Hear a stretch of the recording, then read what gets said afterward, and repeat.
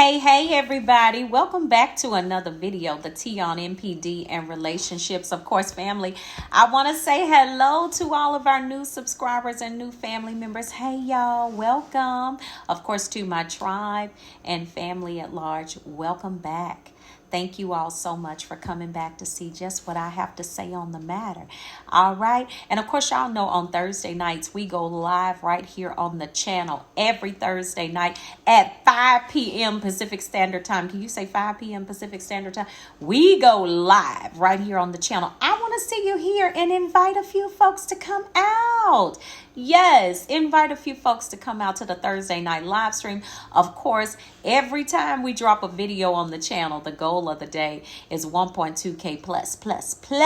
Okay? If you rocks with your girl, hit that like button one time. All right? Hit that like button for me. All right, so let's jump into the topic of this video.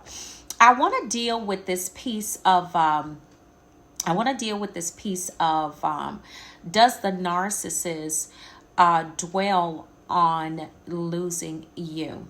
Okay, I've done a video. I did a video about how the narcissist copes with losing you, but I want to talk about this very real aspect of the dwelling. Okay, I want to talk about that. I want to talk about it for the simple reason is I want you all to understand some things, and I want to talk about it from a safety perspective as well. I had an opportunity, and you all will see that information come out in a few weeks, where I actually did an interview with a doctor, and that information will be coming forth in the next few weeks, where she actually brought me on to talk about the very real aspects of NPD as in the scope of what I do. And so she offered some very valuable information about how narcissists behave, and she also gave some information from a very real perspective, and in the correctional system, working with these different these types of individuals and what they actually do. So I'm excited about that, and I wanted to bring some of that information to you all and help you understand some things, and some things that I always thought was, and it was actually true about them. And I said it too in another video, and I was talking about basically a narcissist does not get over you. They just kind of move on to the next supply. So I want to talk about the fact of people say, well, they don't dwell on you, they don't dwell over the loss of you, and so just understanding, from a psychological perspective, and then having that professional aspect, just talking about that with a professional, mental health professional, what I said was actually true. And so do they move on to other supply? Yeah, they do have to go to other supply. They have to fill in the gaps in the fuel matrix. But when we talk about, grade A supply, do they ever get over you? I said it before and I'll say it again. They don't. They don't ever just get over you. What they do is they will move on. You have to sit down, baby, because mommy is shooting a video. They just move on. And so the thing about it is, what you have to understand is moving on is not like, they're moving on and they're just going to forget about you. Listen, they never just forget about you. What they do is they go on to another person that is going to fill that gap, in the fuel matrix. That's what they do. But, if you were grade A supply, that narcissist is always going to dwell on, the loss of that grade A supply. And this is why you will see them following, even your family members on social media. They'll always, because you have to understand too, that they have very addictive natures.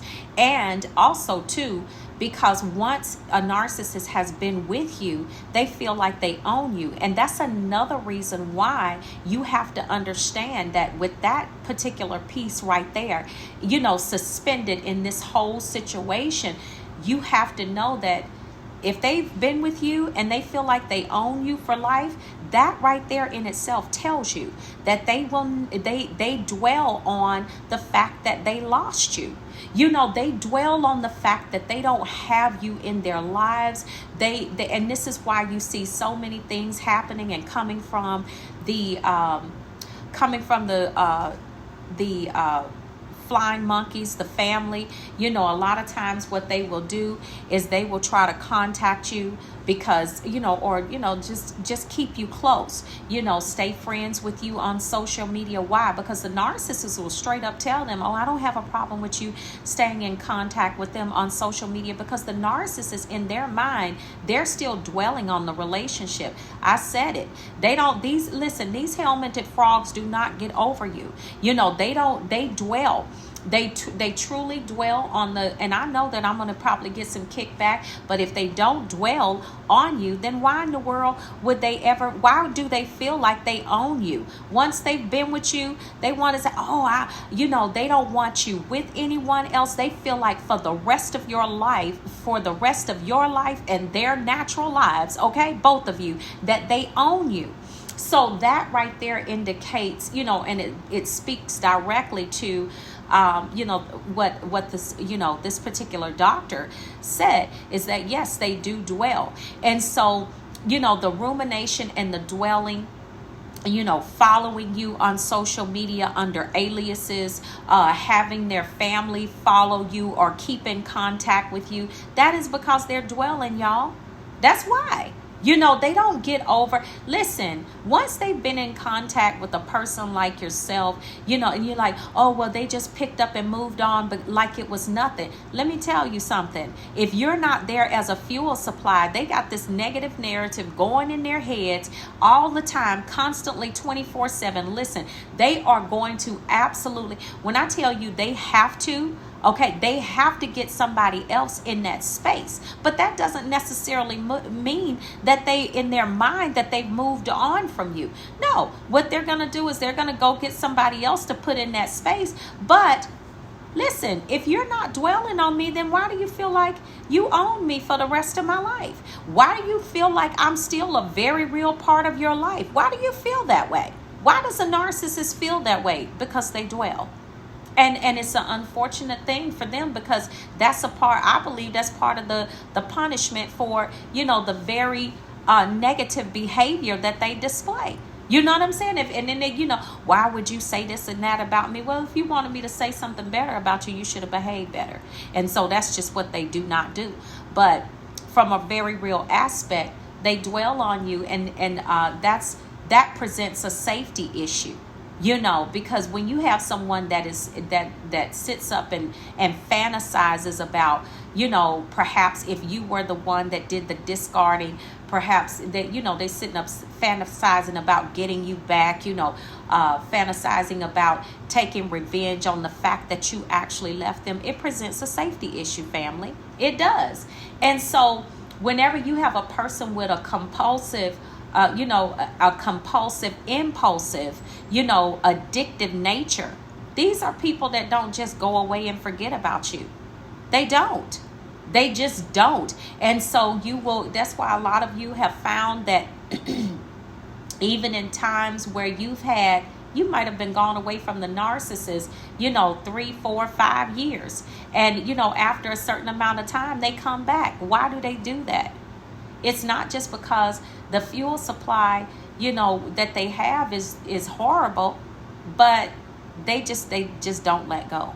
They don't. And it's a very real thing to them that, you're not in their lives, and the fuel, the type of fuel source that you were to them.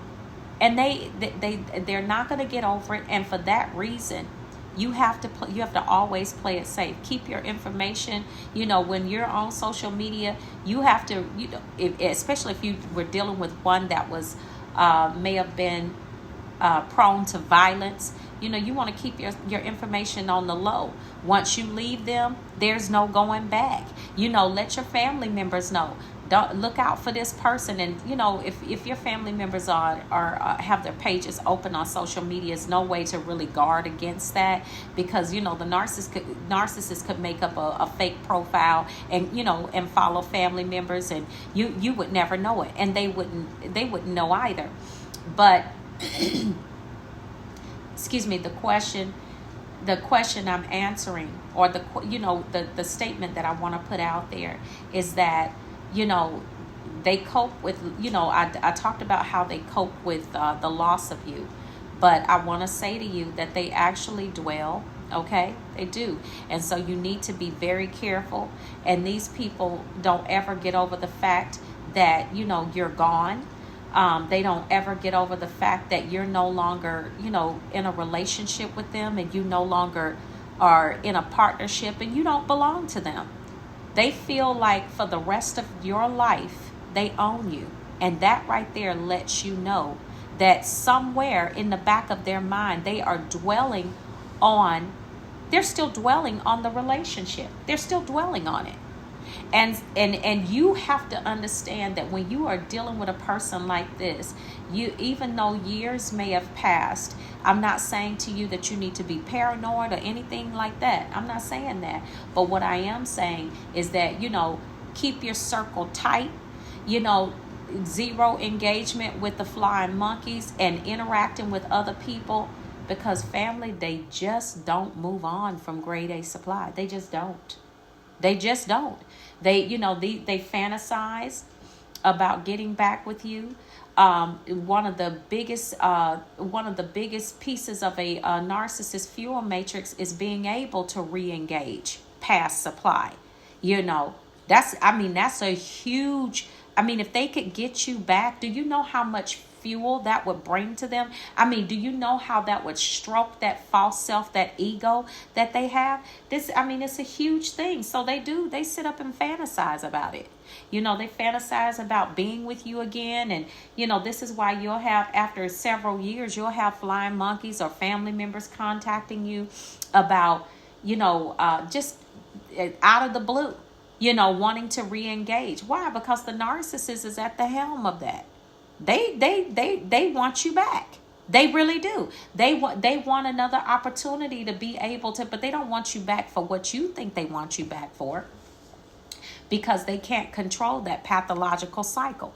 They're going to absolutely love bomb you, devalue you, and discard you again. They're going to do it over and over. Why? Because that is the pathological cycle. So they don't want you back because they want to love you. Narcissists don't love. You know what I'm saying? They want you back because you were an excellent source of supply, and they want you back in their lives. And they don't want you with anyone else because they feel like they own you.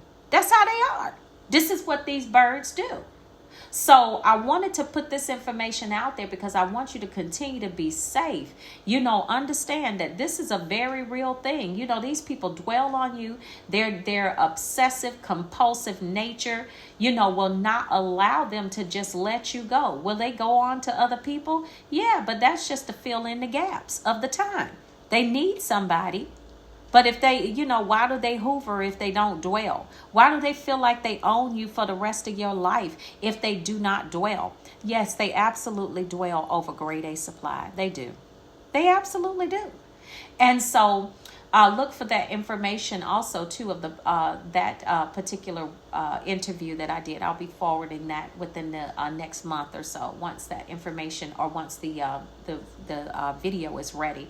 But a very interesting conversation. So I wanted to make sure that while it was fresh on my mind, I talked about that. And, hey, y'all some kings and queens out there. You showed the narcissist, you gave them the best that you had. And, when you show somebody that is that dysfunctional and that undeserving of what you have, and shouldn't have ever had access to you, listen, you are not somebody that is just easily forgotten. You're just not, that's just it. So wanted to put that information out there for y'all. And of course, I wanted to, let you know, listen, want to tell you I love you. You all be safe out there. Enjoy yourself. Do something nice for yourself today, okay, family? I love you all, and I will see you all on the next video, and I will see you all healed at the top. Shalom, family. Peace.